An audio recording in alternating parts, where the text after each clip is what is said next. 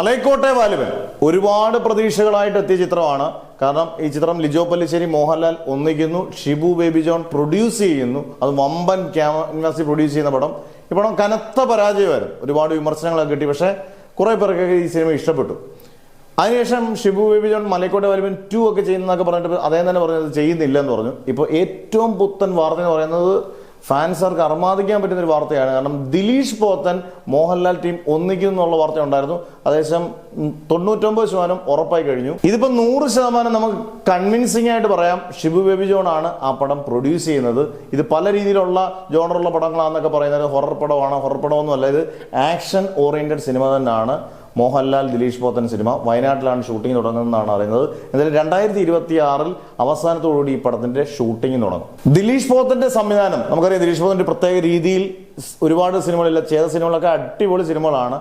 അതിനകത്ത് മോഹൻലാൽ വരുമ്പോൾ മോഹൻലാലിന്റെ അഭിനയ വിസ്മയം കാണാൻ കാത്തിരിക്കുന്ന പ്രേക്ഷകർ ഉറപ്പായിട്ട് ഈ സിനിമ തിയേറ്ററിൽ പോയി ഗംഭീര വിജയമാക്കും എന്നുള്ളതിൽ സംശയം വേണ്ട.